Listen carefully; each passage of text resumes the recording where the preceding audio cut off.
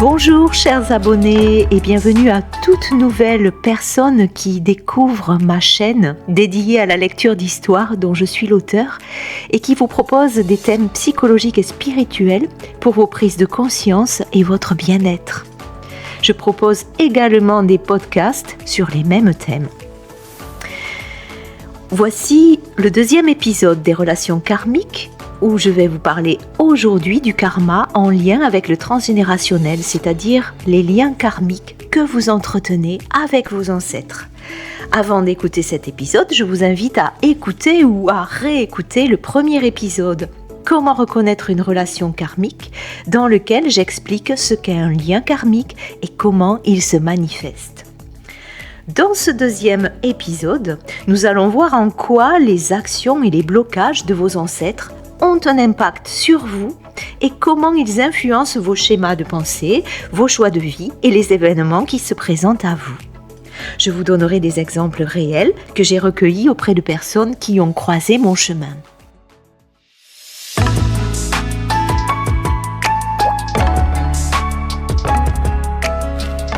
L'impact des actions de vos ancêtres ou de leurs pensées peut se manifester de façon très positive dans la transmission de ce qu'on appelle les dons innés ou des aptitudes et des compétences que vous avez depuis toujours dès votre naissance.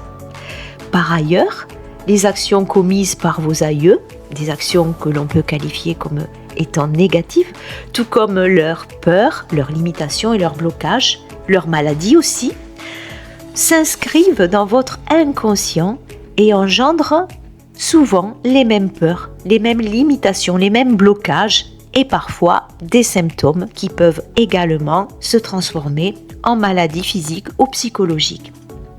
Vous pouvez avoir des phobies irrationnelles, un comportement incompréhensible, des événements récurrents qui se présentent à vous et que vous ne comprenez pas, tout comme des troubles psychosomatiques dont la médecine allopathique ne parvient pas à trouver la cause, malgré des symptômes bien réels. Vous pouvez également être victime d'un accident soudain, d'une faillite, de problèmes d'argent récurrents. Certaines personnes aussi ne parviennent pas à atteindre la réussite sociale ou la réussite à des examens ou à des concours, à des promotions professionnelles en raison d'obstacles permanents qui se mettent toujours en travers de leur route. Autant de parcours troublants et incompréhensibles qui font que vous pouvez penser que vous manquez de chance. Par conséquent, comprendre les liens karmiques que vous entretenez avec vos ancêtres peut vous permettre de vous libérer de vos blocages, de vos phobies, de vos fausses croyances, en prenant conscience que vous êtes porteur d'un karma transgénérationnel.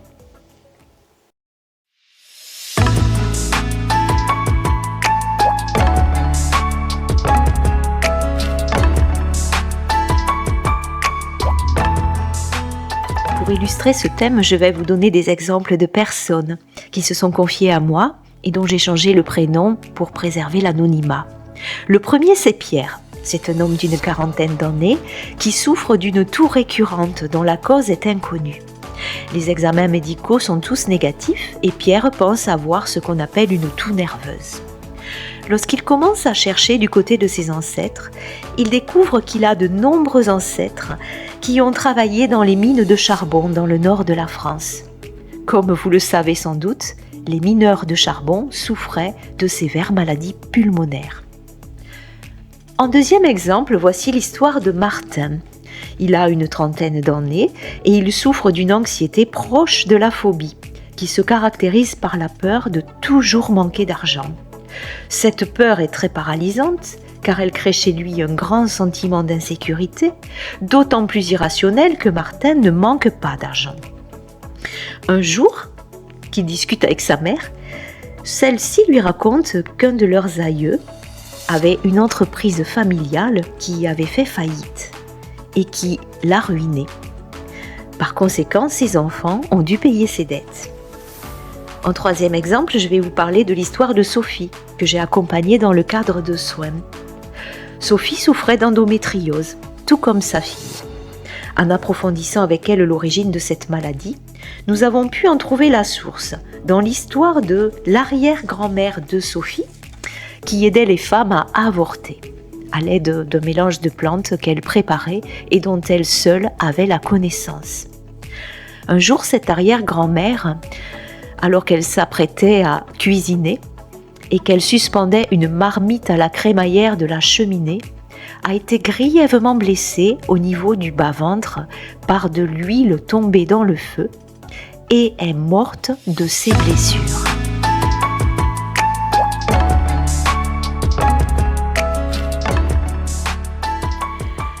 Dans la transmission des traumatismes dans l'inconscient familial, il y a également les secrets de famille. Un événement vécu devient secret lorsqu'il est considéré par celui qui le vit comme mauvais, honteux, et qu'il va donc susciter le besoin urgent de le cacher au reste de la famille. Ce non-dit, ce secret, s'inscrit dans l'inconscient familial et se transmet à l'inconscient des descendants de génération en génération. On l'appelle vulgairement le cadavre dans le placard dont tout le monde est porteur. Les secrets de famille sont souvent en lien avec des incestes, des adultères, des enfants illégitimes, des trahisons qui, bien que cachées, génèrent un sentiment confus de malaise et parfois de maladie parmi les descendants qui se transmettent cette patate chaude de génération en génération, jusqu'au jour où l'un d'eux découvre le secret.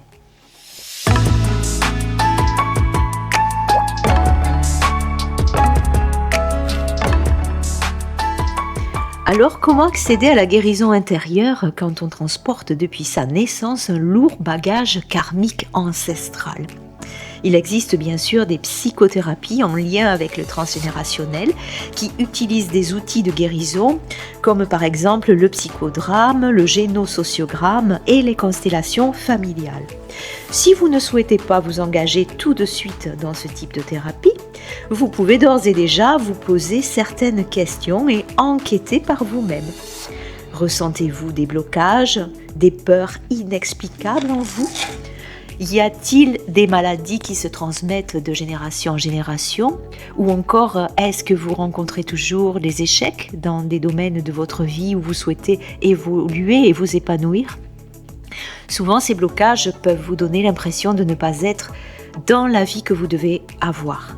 Par exemple, dans ces cas précis, les personnes disent « ce n'est pas ma vie » ou bien « j'ai l'impression que quelque chose au-dessus de moi me domine sans me laisser le choix de faire telle ou telle chose, de réussir, etc. » Vous pouvez déjà obtenir des réponses en interrogeant les membres de votre famille qui sont souvent porteurs d'histoires et d'événements dont vous n'avez pas connaissance.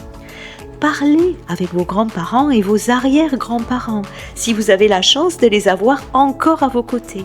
Ils sont précieux et vous apporteront très certainement beaucoup d'éclairage. Vous pouvez également commencer votre arbre généalogique en cherchant les dates de naissance et de mort de vos ancêtres, ainsi que les dates de mariage, de divorce, les décès d'enfants, les métiers des uns et des autres. Rapprochez-vous aussi des mairies pour les actes d'état civil et allez fouler les terres de vos ancêtres. Déjà, avec ces deux sortes d'investigations, vous obtiendrez un bel éclairage sur votre histoire familiale et ce dont vous êtes porteur. Si ce travail est insuffisant ou que vous souhaitez vraiment approfondir votre voyage dans l'inconscient familial et l'héritage qu'il vous a laissé, vous pouvez bien sûr vous rapprocher d'un praticien en psychogénéalogie. Restez toutefois vigilant car faire une constellation familiale, par exemple, nécessite un suivi dans le cadre psychothérapeutique, selon ce qui aura émergé de votre inconscient. Veillez donc à bien choisir votre thérapeute, car le travail sur les ancêtres n'est pas anodin et peut causer parfois des réactions physiques et même psychologiques.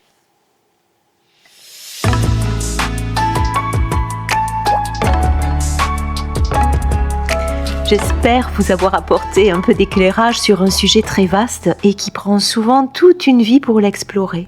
Ne soyez pas pressés car il faut parfois beaucoup de temps pour dénouer les nœuds qui se sont tissés sur plusieurs siècles et plusieurs générations.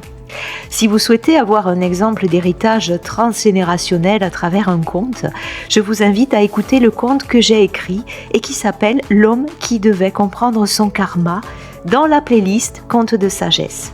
Je laisserai également dans la description de la vidéo une petite bibliographie qui vous permettra d'obtenir plus de renseignements sur ce vaste sujet.